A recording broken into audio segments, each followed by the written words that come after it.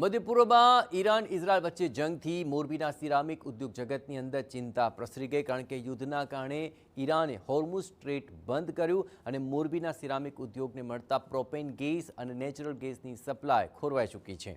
Ceramic ઉદ્યોગ મુખ્યત્વે propane gas અને નેચરલ ગેસ પર આધારિત છે અને તેને કારણે હવે મોરબીમાં સિરામિક ઉદ્યોગના કેટલાક યુનિટો ઠપ થઈ ચૂક્યા છે। જેમ જેમ ગેસનો પુરવઠો પૂર્ણ થતો જઈ રહ્યો છે તેમ તેમ સિરામિક ફેક્ટરીઓ પણ બંધ કરવામાં આવી રહી છે।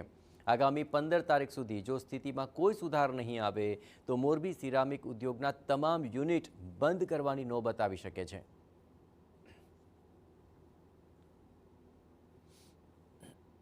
અત્યારે જે યુદ્ધની પરિસ્થિતિ નિર્માણ થઈ એ દરમિયાન અંદાજે 100 યુનિટ જે છે આજની તારીખમાં બંધ થઈ ગયા છે અને આવનારા દિવસોમાં જો પ્રોપેન સપ્લાયનું કોઈ પ્લાનિંગ નહીં થાય અને જો નવી કોઈ સપ્લાય નહીં મળે તો આવનારા દિવસોમાં વધીને 4 થી 5 દિવસમાં કે 8 દિવસની અંદર બીજા 400 યુનિટો બંધ થવાની સંભાવનાઓ છે।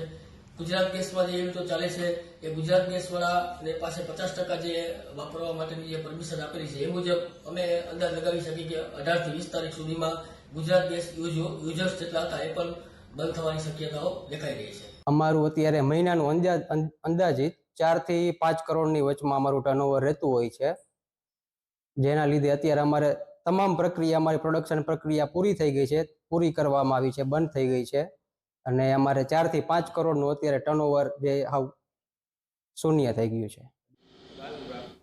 શટડાઉન થયેલ યુનિટના કામદારોનું કહેવું છે કે જો યુદ્ધના કારણે ગેસની સપ્લાય અટકશે તો પછી હજારો લોકોની રોજગારી પર અસર થશે। હાલ કામદારો માટે ફેક્ટરી માલિકોએ ઉદારતા દાખવી છે અને શ્રમિકોને જીવન જરૂરી વસ્તુઓ તેમજ રહેવાની સુવિધા કરી છે, પરંતુ આ જ રીતે લાંબો સમય નીકળે તેમ નથી।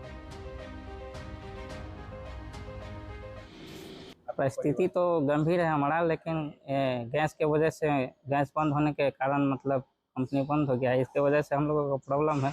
बाकी यहाँ हर चीज़ का व्यवस्था है, मुझे कोई चीज़ का परेशानी नहीं है, पेमेंट भी चालू है, रूम वूम सब मेरा मिलता है, मुझे कोई चीज़ का दिक्कत यहाँ नहीं है। ऑनर भी है, ऑनर की तरफ से भी मुझे कोई दिक्कत परेशानी नहीं है।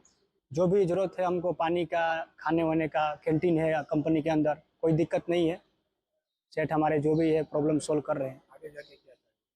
आगे जाके यही चाह रहे हैं कि जल्द से जल्द गैस का प्रॉब्लम सोल्व हो जाए और हमारा कंपनी चालू हो, बस यही चाहते हैं।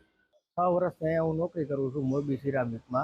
અત્યારે ગેસના હિસાબે પ્રોબ્લેમ થયા છે, બરોબર છે, તો અત્યારે બધા લાખો માણસોની રોજગારી ઉપર સવાલ ઊભો થયો છે। તો સરકારને મારી એટલી અપીલ છે કે જેટલું બને એટલું ફટાફટ ગેસ સપ્લાય ચાલુ કરવામાં આવે તો આ પરિસ્થિતિ ન થાય।